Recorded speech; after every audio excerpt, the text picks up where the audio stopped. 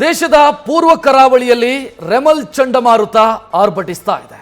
ಪಶ್ಚಿಮ ಬಂಗಾಳ ರಾಜ್ಯದಾದ್ಯಂತ ರೆಮಲ್ ಚಂಡಮಾರುತದ ಎಫೆಕ್ಟ್ ಕಾಣಿಸ್ತಾ ಇದೆ. ಸೈಕ್ಲೋನ್ನಿಂದಾಗಿ ಪಶ್ಚಿಮ ಬಂಗಾಳದ ರಾಜಧಾನಿ ಕೋಲ್ಕತ್ತಾ ನಗರ ಸೇರಿ ಹಲವೆಡೆ ಭಾರೀ ಮಳೆ ಸೃಷ್ಟಿಯಾಗಿದೆ. ಕರಾವಳಿ ಪ್ರದೇಶಗಳಿಂದ ಸುಮಾರು 1,10,000 ಜನರನ್ನ ಸುರಕ್ಷಿತ ಸ್ಥಳಕ್ಕೆ ಸ್ಥಳಾಂತರಿಸಲಾಗಿದೆ.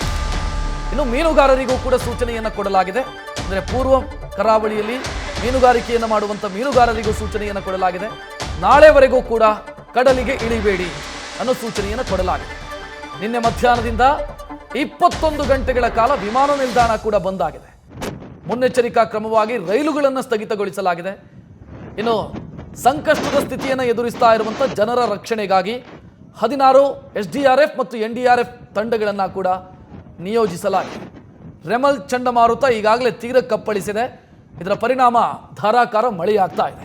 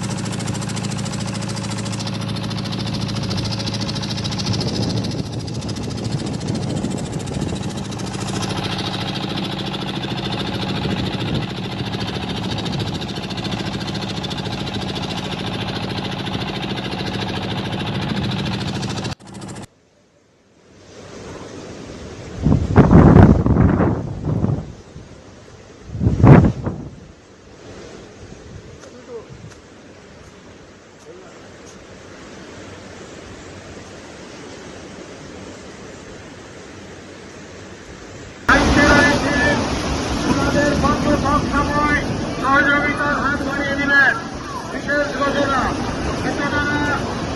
সম্পর্কের উন্নয়নের সকল পর্যটন জন্য অধিবাসীবৃন্দ ও দীঘার সকল রাষ্ট্রের মাঝে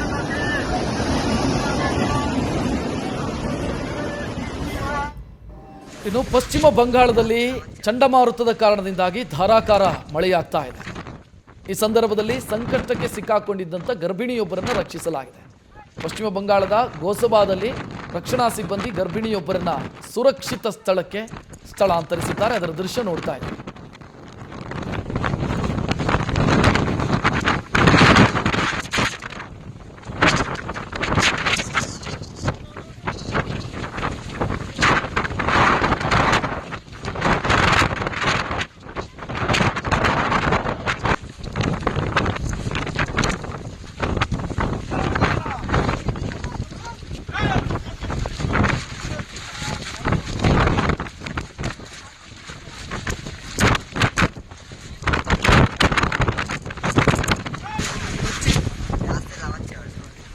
ರೆಮಲ್ ಚಂಡಮಾರುತದ ಎಫೆಕ್ಟ್ನಿಂದಾಗಿ ರಾಜಧಾನಿ ಕೋಲ್ಕತ್ತಾದಲ್ಲಿ ಭಾರೀ ಮಳೆಯಾಗ್ತಾ ಇದೆ.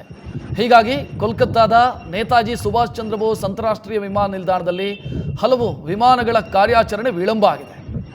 ಗಾಳಿ ಸಹಿತ ಭಾರೀ ಮಳೆಯ ಹಿನ್ನೆಲೆಯಲ್ಲಿ ಮುಂಬೈ, ಚೆನ್ನೈ, ದೆಹಲಿಯತ್ತ ಕೋಲ್ಕತ್ತಾದಿಂದ ತೆರಳುವಂಥ ವಿಮಾನಗಳ ಕಾರ್ಯಾಚರಣೆ ವಿಳಂಬ ಆಗಿದೆ. ಕೋಲ್ಕತ್ತಾ ಏರ್ಪೋರ್ಟ್ನ ಮೇಲೂ ಕೂಡ ದೊಡ್ಡ ಮಟ್ಟದಲ್ಲಿ ಪರಿಣಾಮ ಬೀರಿದೆ ಚಂಡಮಾರುತ.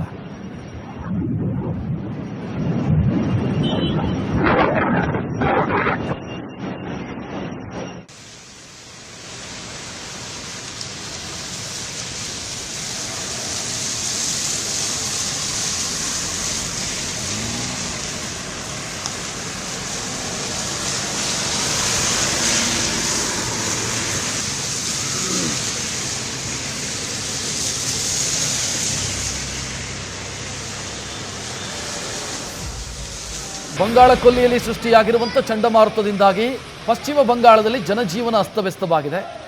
ರಸ್ತೆಗಳೆಲ್ಲ ನೀರಲ್ಲಿ ಮುಳುಗಡೆಯಾಗಿದೆ. ಸಂಚರಿಸೋದಕ್ಕೆ ವಾಹನ ಸವಾರರು ಒದ್ದಾಡುವಂಥ ಸ್ಥಿತಿ.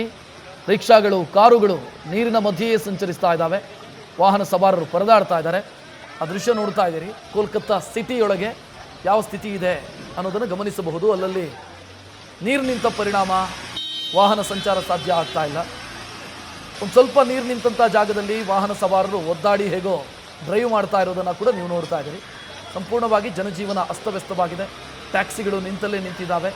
ಇನ್ನು ತೀರಾ ಅನಿವಾರ್ಯ ಸ್ಥಿತಿಯಲ್ಲಿ ಹೋಗಲೇಬೇಕಾದಂಥ ಸ್ಥಿತಿಯಲ್ಲಿ ಇರೋರು, ಕೆಲಸಗಳಿಗೆ ಹೋಗಬೇಕಾದಂಥ ಸ್ಥಿತಿಯಲ್ಲಿರೋರು ಕಷ್ಟಪಟ್ಟು ಸಂಚರಿಸುವಂಥ ಸ್ಥಿತಿ ನಿರ್ಮಾಣ ಆಗಿದೆ. ನೋಡ್ತಾ ಇದ್ದೀರಿ ರಸ್ತೆಯಲ್ಲಿ ಯಾವ ಪ್ರಮಾಣದಲ್ಲಿ ನೀರು ನಿಂತಿದೆ ಅನ್ನೋದನ್ನು ಗಮನಿಸಬಹುದು.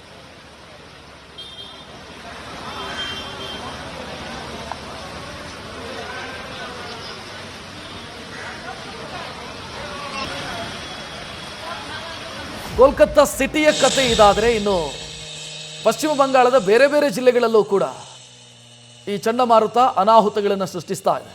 ಹಲವು ಜಿಲ್ಲೆಗಳಲ್ಲಿ ಮರಗಳು ಧರೆಗುರುಳಿದೆ. ಸಂಚಾರ ವ್ಯವಸ್ಥೆ ಅಸ್ತವ್ಯಸ್ತವಾಗಿದೆ.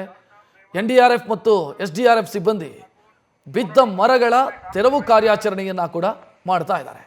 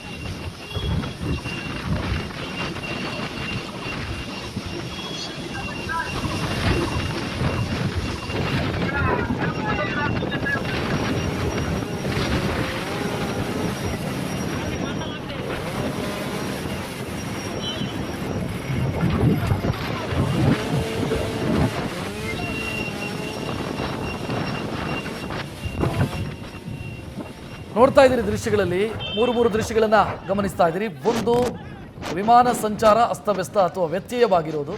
ಅದರ ಜೊತೆಗೆ ಗ್ರಾಮೀಣ ಪ್ರದೇಶದಲ್ಲಿ ಮರಗಳು ಉರುಳಿ ಬಿದ್ದಂಥ ಪರಿಣಾಮ ಸಂಚಾರ ಸಾಧ್ಯ ಆಗ್ತಾ ಇಲ್ಲ. NDRF ಮತ್ತು SDRF ಸಿಬ್ಬಂದಿ ಬಿದ್ದ ಮರಗಳ ತೆರವು ಕಾರ್ಯಾಚರಣೆಯನ್ನು ಮಾಡ್ತಾ ಇದ್ದಾರೆ. ಇನ್ನು ಸಂಕಷ್ಟಕ್ಕೆ ಸಿಕ್ಕಾಕೊಂಡಂಥ ಜನರನ್ನ ಕೂಡ ರಕ್ಷಣೆ ಮಾಡಲಾಗ್ತಾ ಇದೆ. ಅದರಲ್ಲೊಬ್ಬರು ಗರ್ಭಿಣಿ ತೀರಾ ಸಮಸ್ಯೆಗೆ ಸಿಕ್ಕಾಕೊಂಡಿದ್ರು. ಅವರನ್ನು ಸುರಕ್ಷಿತ ಸ್ಥಳಕ್ಕೆ ಸ್ಥಳಾಂತರಿಸುವಂಥ ದೃಶ್ಯವೂ ಕೂಡ ಸೆರೆ ಸಿಕ್ಕಿದೆ. ಒಟ್ಟಿನಲ್ಲಿ ಈ ಚಂಡಮಾರುತ ಲ್ಯಾಂಡ್ ಫಾಲ್ ಆದ ನಂತರ ಅದರ ತೀವ್ರತೆ ಕಡಿಮೆ ಆಗ್ತಾ ಬರುತ್ತೆ. ಸೊ ನಾಳೆಯವರೆಗೂ ಕೂಡ ಇದರ ತೀವ್ರತೆ ಇರುತ್ತೆ, ಅಂದರೆ ಕಡಿಮೆ ಆಗ್ತಾ ಬರುತ್ತೆ ಅನ್ನುವಂಥ ಮುನ್ಸೂಚನೆಯನ್ನು ಕೂಡ ಕೊಡಲಾಗಿದೆ. ಮತ್ತು ಮೀನುಗಾರರಿಗೂ ಕೂಡ ಸೂಚನೆಯನ್ನು ಕೊಡಲಾಗಿದೆ. ಯಾವ ಕಾರಣಕ್ಕೂ ಕೂಡ ಕಡಲಿಗೆ ಇಳಿಬೇಡಿ. ಕಡಲಿನ ಪರಿಸ್ಥಿತಿ ಹೆಂಗಿದೆ ಅನ್ನುವಂಥ ದೃಶ್ಯವನ್ನು ಕೂಡ ನೀವು ನೋಡಬಹುದು. ಕಡಲು ಪ್ರಕ್ಷುಬ್ಧಗೊಂಡಿರೋದನ್ನು ನಾವು ಗಮನಿಸೋದಕ್ಕೆ ಸಾಧ್ಯ ಇದೆ.